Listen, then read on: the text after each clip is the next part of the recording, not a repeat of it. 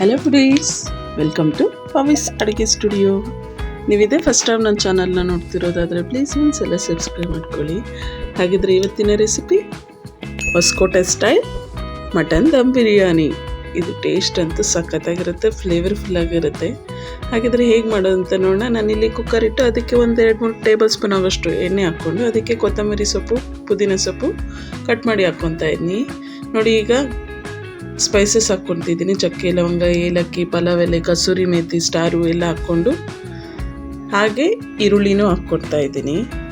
1-2 ಗಡ್ಡೆ ದೊಡ್ಡ ಗಡ್ಡೆ ಈರುಳ್ಳಿ ಕಟ್ ಮಾಡಿ ಹಾಕ್ಕೊತಿದ್ದೀನಿ. ಹಾಗೆ ಹಸಿರು ಮೆಣಸಿನ್ಕಾಯಿ ಹಾಕ್ಕೊಂಡು ಈ ಥರ ಹೈ ಫ್ಲೇಮಲ್ಲೇ ಚೆನ್ನಾಗಿ ಫ್ರೈ ಮಾಡ್ಕೊಬೇಕು. ನೋಡಿ, ಇಷ್ಟು ಫ್ರೈ ಆದರೆ ಸಾಕಾಗತ್ತೆ. ಈ ಟೈಮಲ್ಲಿ ಚೆನ್ನಾಗಿ ವಾಶ್ ಮಾಡಿರ್ತಕ್ಕಂಥ ಮಟನ್ ಹಾಕ್ಕೊತಿದ್ದೀನಿ. ಈ ಬಿರಿಯಾನಿಗೆ ಒಂದು ಸ್ವಲ್ಪ ಫ್ಯಾಟ್ ಹಾಕ್ಕೊಳ್ಳಿ, ಟೇಸ್ಟ್ ಚೆನ್ನಾಗಾಗುತ್ತೆ. ಫ್ಯಾಟ್ ಹಾಕ್ಕೊಳ್ಳೋವಾಗ ನೀವು ಆಯಿಲ್ ಸ್ವಲ್ಪ ಕಡಿಮೆ ಯೂಸ್ ಮಾಡ್ಕೊಬೇಕಾಗತ್ತೆ. ಈಗ ಇದಕ್ಕೆ ಮಟನ್ಗೆ 1 ಸ್ಪೂನ್ ಆಗೋಷ್ಟು ಉಪ್ಪು, 1/2 ಸ್ಪೂನ್ ಆಗೋಷ್ಟು ಅರಿಶಿನ ಹಾಕ್ಕೊಂಡು ಈ ಥರ ಉಪ್ಪು ಮತ್ತು ಅರಿಶಿನ ಚೆನ್ನಾಗಿ ಮಿಕ್ಸ್ ಆಗೋ ಥರ ಈ ಥರ ನೀಟಾಗಿ ಮಿಕ್ಸ್ ಮಾಡ್ಕೊಂಡ.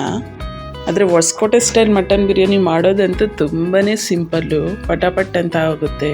ಆದರೆ ನಾ ಹೇಳೋ ಸ್ಟೆಪ್ಸು ಫಾಲೋ ಮಾಡಿ ತುಂಬಾ ಈಸಿಯಾಗುತ್ತೆ. ನೋಡಿ, ಚೆನ್ನಾಗಿ ಮಿಕ್ಸ್ ಆಗಿದೆ ಇದಕ್ಕೆ ಉಪ್ಪು ಅರಿಶಿನ ಎಲ್ಲ. ಇವಾಗ ಮಟನ್ ಮುಳುಗೋಷ್ಟು ನೀರು ಹಾಕ್ಕೊಂಡು ಕುಕ್ಕರ್ ಮುಚ್ಚಳ ಮುಚ್ಚಿ ಒಂದು 3-4 ವಿಷಲ್ ಬರಲಿ. ನೀವು ತುಂಬ ಬಲ್ತಿರೋ ಮಟನ್ ತಗೊಂಡ್ರೆ ಇನ್ನೊಂದು 6 ವಿಷಲ್ ತನಕ ಕೂಗಿಸ್ಕೊಳ್ಳಿ.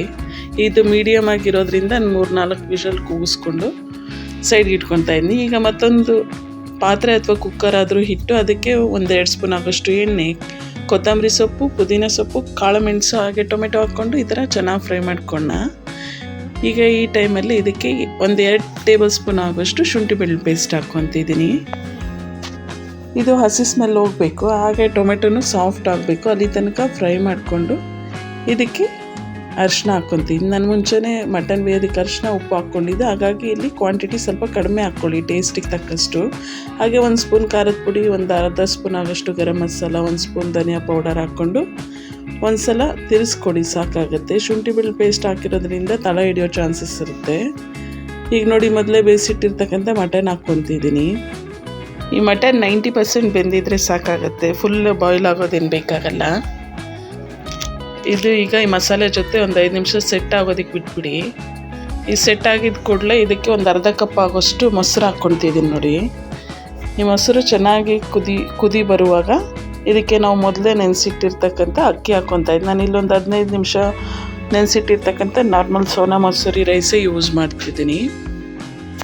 ಇದನ್ನು ತುಂಬಾ ತಿರ್ಸ್ಕೊಡೋಕೆ ಹೋಗ್ಬೇಡಿ. ಅಕ್ಕಿ ಹಾಕಿದ್ಮೇಲೆ ಲೈಟಾಗಿ ಒಂದು ಸಲ ತಿರ್ಸ್ಕೊಟ್ಟು ಇದಕ್ಕೆ ಬಿಸಿ ನೀರು ಹಾಕ್ಕೊಳ್ಳಿ. ನಾನು 1 ಗ್ಲಾಸ್ ಅಕ್ಕಿಗೆ 2 ಗ್ಲಾಸ್ ಆಗೋಷ್ಟು ಬಿಸಿ ನೀರೇ ಹಾಕ್ಕೊತಿದ್ದೀನಿ. ಕರೆಕ್ಟಾಗಿ ಸರಿ ಹೋಗುತ್ತೆ ಮೆಜರ್ಮೆಂಟು. ಬಿಸಿ ನೀರು ಹಾಕೋದ್ರಿಂದ ಅಕ್ಕಿ ಒಡೆಯೋದಿಲ್ಲ, ಬೇಗನೆ ರೆಡಿ ಆಗುತ್ತೆ. ನೋಡಿ ಎಷ್ಟು ಚಂದ ರೆಡಿ ಆಗಿದೆಯಂತ. ಈ ರೈಸ್ 90% ಬೆಂದರೆ ಸಾಕಾಗುತ್ತೆ. ಈಗ ಇದಕ್ಕೆ ನಾನಿಲ್ಲಿ 2 ಸ್ಪೂನ್ ಆಗೋಷ್ಟು ತುಪ್ಪ ಹಾಕ್ಕೊತಿದ್ದೀನಿ. ನೀವು ತುಪ್ಪ ಇನ್ನೂ ಜಾಸ್ತಿ ಇಷ್ಟಪಡೋರಾದರೆ ಆಯಿಲ್ ಸ್ವಲ್ಪ ಕಡಿಮೆ ಯೂಸ್ ಮಾಡ್ಕೊಂಡು ಈ ಟೈಮಲ್ಲಿ ತುಪ್ಪ ಜಾಸ್ತಿ ಹಾಕ್ಕೊಳ್ಳಿ. ತುಪ್ಪ ಹಾಕಲೇಬೇಕು. ಆ ಹೊಸಕೋಟೆ ದಮ್ ಬಿರಿಯಾನಿ ಫ್ಲೇವರು ಟೇಸ್ಟ್ ಬರಬೇಕಂದ್ರೆ ಈ ಫೈನಲ್ ಟಚ್ ತುಪ್ಪ ಹಾಕಲೇಬೇಕು. ಹಾಗೆ ಲಾಸ್ಟಿಗೆ ಕೊತ್ತಂಬರಿ ಸೊಪ್ಪು ಹಾಕ್ಕೊತಾ ಇದ್ದೀನಿ. ಈಗ ಇದನ್ನು ದಮ್ ಕಟ್ಟೋಣ. ನಾನಿಲ್ಲಿ ಸ್ಟವ್ ಆನ್ ಮಾಡಿ ಅದರ ಮೇಲೆ ಹಂಚಿಡ್ತಾ ಇದ್ವಿ ಕಬ್ಬಣದ್ದು. ಅದು ಚೆನ್ನಾಗಿ ಕಾದ್ಮೇಲೆ ಬಿರಿಯಾನಿ ಪಾತ್ರೆ ಇಟ್ಟು ಅದರ ಮೇಲೆ ಒಂದು ಪ್ಲೇಟ್ ಮುಚ್ಚಿ ಅದರ ಮೇಲೆ ಬಿಸಿ ನೀರಿದ್ದು ಪಾತ್ರೆ ಇಡ್ತಾ ಇದ್ದೀನಿ. ಇದನ್ನೊಂದು 10-15 ನಿಮಿಷ ದಮ್ ಕಟ್ಟಿದ್ರೆ ಸ್ಪೈಸಿ ಹಾಗೆ ಜ್ಯೂಸಿ ಆಗಿರ್ತಕ್ಕಂಥ ಹೊಸಕೋಟೆ ಸ್ಟೈಲ್ ದಮ್ ಬಿರಿಯಾನಿ ರೆಡಿ ಆಗುತ್ತೆ. ತುಂಬಾ ಸಿಂಪಲಾಗಿ ಮಾಡ್ಕೊಂಬಿಡ್ಬೋದು ಈ ಹೊಸಕೋಟೆ ದಮ್ ಬಿರಿಯಾನಿನ. ಹಾಗಿದ್ರೆ ಈ ವಿಡಿಯೋ ಇಷ್ಟ ಆಯಿತಾ? ಇಷ್ಟ ಆದರೆ ಒಂದು ಲೈಕ್ ಕೊಟ್ಟು ನಿಮ್ಮ ಫ್ಯಾಮಿಲಿ ಫ್ರೆಂಡ್ಸ್ಗೆ ಶೇರ್ ಮಾಡಿ.